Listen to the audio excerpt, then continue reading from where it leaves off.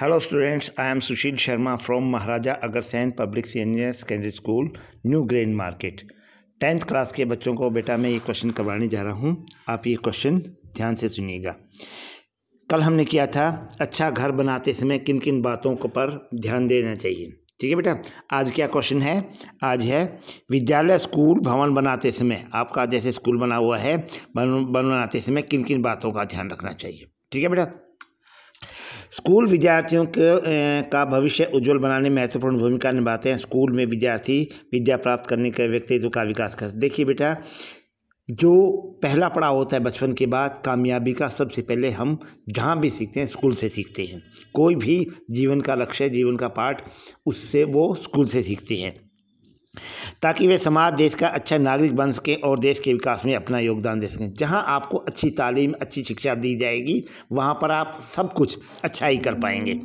School के वातावरण के विद्यार्थियों पर बहुत गहरा प्रभाव पड़ता है, इसलिए स्कूल बनाते समय जो बातें होती है बेटा, आप एकदम कच्चा गड़ा होता है। जो बात आप स्कूल में सीखेंगे वही आप अपने जीवन में उतारेंगे है, और इनका बातों का विशेष ध्यान दें। नंबर 1 है स्थिति। स्कूल का मुख्य सड़क दूर से बनना चाहिए। स्कूल की भवन की आकृति ई तथा एच जैसी होनी चाहिए। ठीक है बेटा, जो है मेन सड़क से थोड़ी सी दूर पर होना चाहिए। और ई कैसे होती है? ई या एच, ई स्कूल ऐसे बनाया हुआ होना चाहिए और एच ऐसे बनाया जाना चाहिए। ई या एच की शेप में होना चाहिए। दोनों तरफ कमरे हों और बीच में हो और ऐसे बना हुआ हो। नंबर 2 आता है बेटा श्रेणियों के कमरे। श्रेणियों के कमरे छतें लगभग 15 फुट ऊंची होनी चाहिए। जो उनकी ऊंचाई होती है, जहाँ पर छत होती है, वो 15 फुट होनी चाहिए। स्कूल में श्रेणी कक्षाओं के कमरे हवादार हों और उनमें कृत्रिम व प्राकृतिक प्रकाश का उचित प्रबंध हो। ऐसा हो कि जब लाइट चली जाए तो बेटा अपने आप वहाँ पर रोशनी का प्रबंध हो, मतलब बल्ब की और की ज़रूरत ना पड़े, किसी भी तरह की LED लाइट की या किसी भी तरह की ज़रूरत ना पड़े। होने दोनों चाहिए, प्रकाश भी होना चाहिए, पंखे भी होने चाहिए, सब चीज़ें होनी चाहिए। लेकिन लाइट चली जाए बाई चांस तो प्राकृतिक रोशनी अंदर से आए और हवा एक दरवाजे से निकले और दूसरे दरवाजे से निकले बाहर। नंबर 3 है बेटा अन्य कमरे। श्रेणी के कमरों के अलावा अन्य कमरे जैसे हॉल, स्टाफ रूम, पुस्तकालय, चिकित्सालय, मनोरंजन कक्ष, अतिथि गृह आदि अवश्य होने चाहिए। इन कमरों से भवनों की स्थिति इस कमरे के से उचित दूरी पर, मतलब जो क्लासरूम होते हैं बेटा वो अलग होने चाहिए इन कमरों से अलग। ठीक है, किससे? हॉल से, स्टाफ रूम से, पुस्तकालय से, चिकित्सालय से, मनोरंजन कक्ष से, अतिथि गृह। अतिथि गृह क्या होते हैं? जब जो कोई जिसको मिलने आता है उन टीचरों के बैठने के लिए, या टीचर से मिलने आता है, स्टूडेंट से मिलने आता है, तो उन टीचरों के जो रूम होते हैं वो रूम सबसे अलग होने चाहिए। ठीक है बेटा, आगे आता है नंबर 4 आता है खेल का मैदान। विद्यार्थियों के शारीरिक और मानसिक विकास के लिए मैदान बहुत ज़रूरी है। मैदान बहुत ज़रूरी है, तो इसलिए स्कूल भवन का निर्माण करते समय खेल के मैदानों का उचित निर्माण करना चाहिए। हर एक जहाँ भी होता है बेटा स्कूल का निर्माण किया जाना चाहिए। स्कूल में खेल का मैदान बहुत ज़रूरी होता है, ताकि बच्चों का शारीरिक और मानसिक विकास दोनों हो। दोनों कब होते हैं? जब आप खेलते हैं। ठीक है बेटा, उसके बाद है नंबर 5 है कुर्सी, मेज एवं बेंच। स्कूल भवन के श्रेणी कमरों में लगे हुए कुर्सी, मेज एवं बेंच ठीक बने हो। इसकी रचना ऐसी हो जाए कि इस पर बैठकर छात्र आसानी से पढ़ लिखें और शाम पर देख सकें।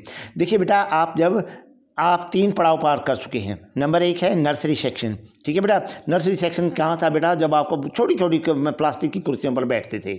उसके बाद बेटा आप 1st से 5th तक आए। ठीक है, 1st से 5th क्या था बेटा? आपको वो ऐसे छोटे छोटे बेंच दिए गए थे, जिन पर आपके कद के अकॉर्डिंग फिर आप बेटा जो वो बेंच थे वो जॉइंट वाले थे। उसके बाद बेटा आप 6 से 8 तक आए। ठीक है, 6 से 8 में आपको फिर वही जॉइंट वाले लेकिन थोड़े से ऊंचे कद की बेंच बनेंगे। अब 9th 10th में बेटा आपको क्या है? सेपरेट बेंच दिए गए हैं। ठीक है, बेंच अलग, और उनको सीनियर बेंच बोलते हैं। ठीक है बेटा, हमारे अपने स्कूल में भी ऐसा ही है।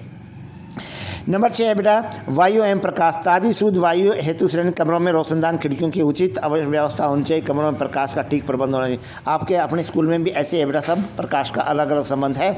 और जालियां लगी हुई बाकायदा कि कीड़े में मच्छर, मक्खी आदि कमरे के अंदर नहीं आते हैं। प्रकाश बाईं ओर से आना चाहिए, इससे पहले समय आंखों पर रोशनी सीधी नहीं पड़ेगी। ठीक है बेटा, हमारा बिल्कुल सही आता है, सही रोशनी आती है। स्कूल के प्रत्येक कमरे भवन का निर्माण इस तरह करना चाहिए कि उनमें प्राकृतिक प्रकाश आ सके। बिल्कुल बीच में बेटा आता है, दोनों तरफ से आते हैं। हमारा कोई भी जो हमारे स्कूल का भी कमरा है, कोई भी अंधेरे वाला कमरा नहीं है।